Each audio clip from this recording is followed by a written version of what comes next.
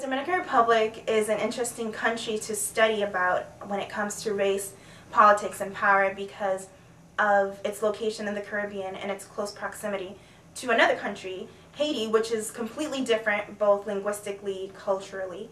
This is an island that is shared by two countries. That within itself is gonna mean a lot of just disagreement and hatred towards each other because they share.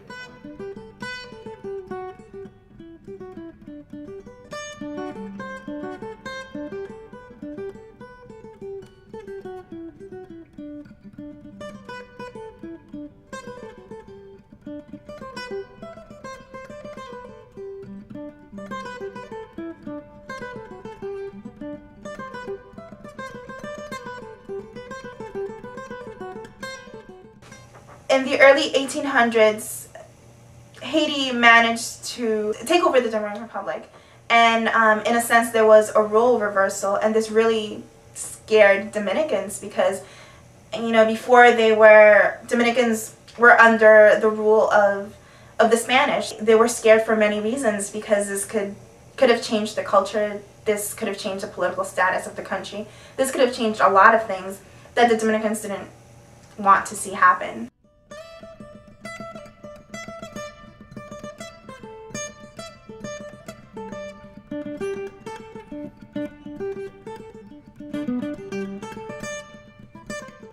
The United States also intervened militarily in 1965. They sent 42,000 Marines. Then they left, and then Trujillo took power with the American support. They installed Rafael Trujillo as the president. For 31 years he ruled the country.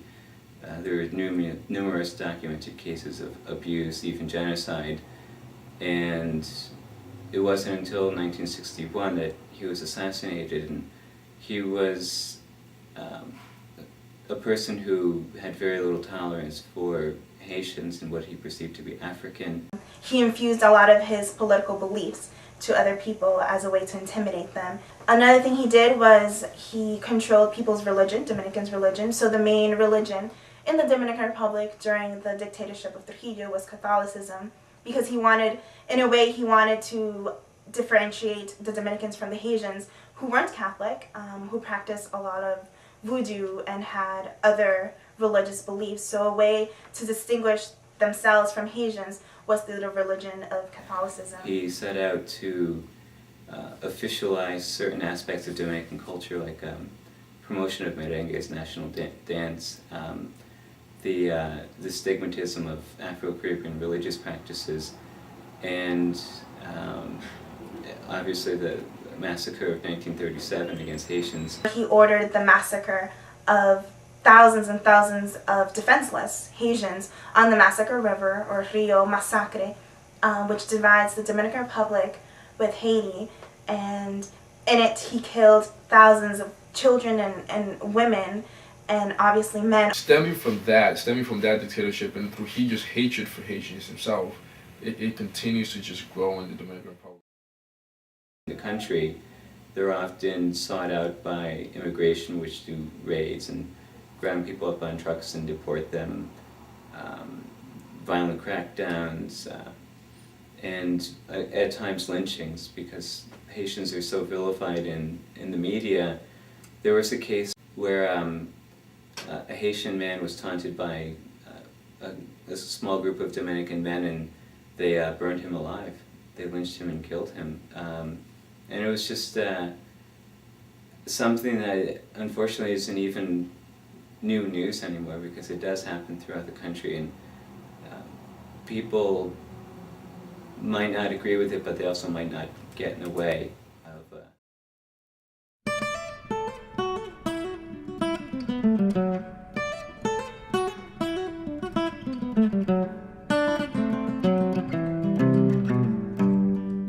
I think what the term anti-Haitianism means is basically you don't want them around, like in terms of like Dominican standards. You don't want them to infiltrate your culture. You don't want them, et cetera. How can you be against somebody because of their race? There's a lot of stereotypes, like Haitians are dirty, Haitians aren't like healthy. There's a lot of like these just negative connotations.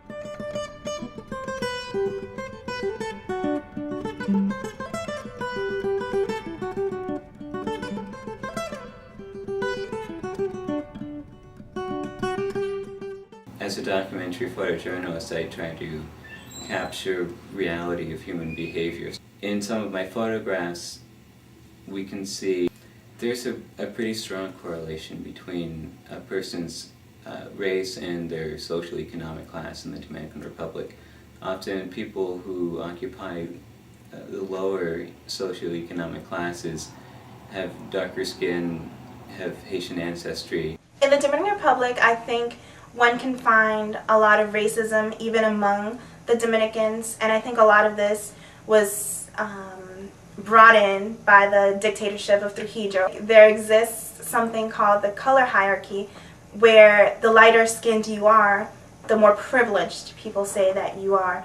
Like Dominicans go from very, very, very light to being very, very dark. People of light skin that are Dominican are usually tend to be looked at as higher class. And because of that, it's like, well, if you marry a lighter person, then that's looked as good because they're supposed to be a higher social status. Since my family, most of my family are dark skinned, so if I get somebody who's darker, they say that it's bad because my kids will turn out I'm darker. Traditionally, a Dominican family would like their daughter or their relative to marry a Dominican person or to be friends with Dominican people instead of Haitian.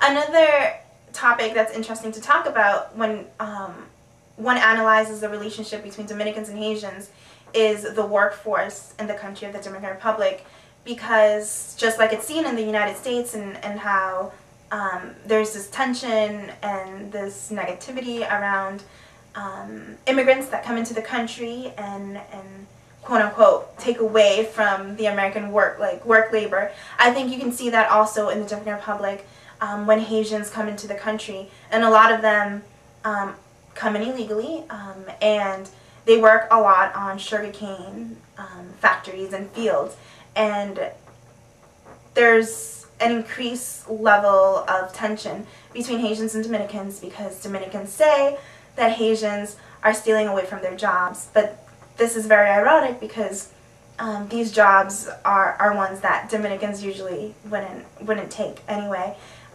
In true honesty, if the Haitians didn't migrate into the country and do these jobs, then what would happen to the Dominican Republic?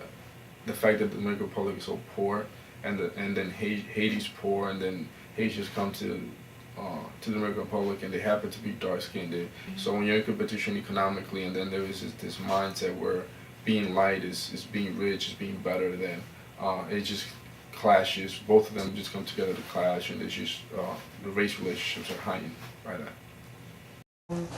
People need to start paying more attention to the issue and start doing something about it inside the country as well as outside. There are various groups that are working to help Dominicans, like Sonia Pierre, who is a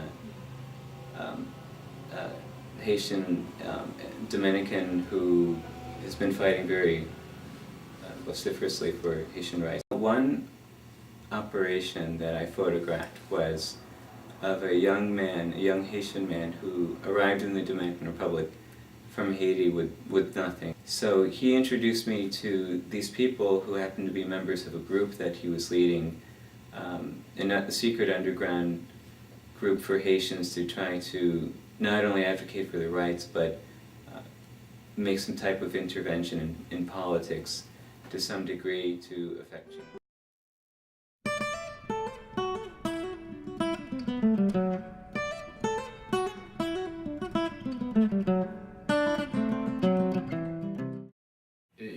It's just not going to change in a while because the country's still poor.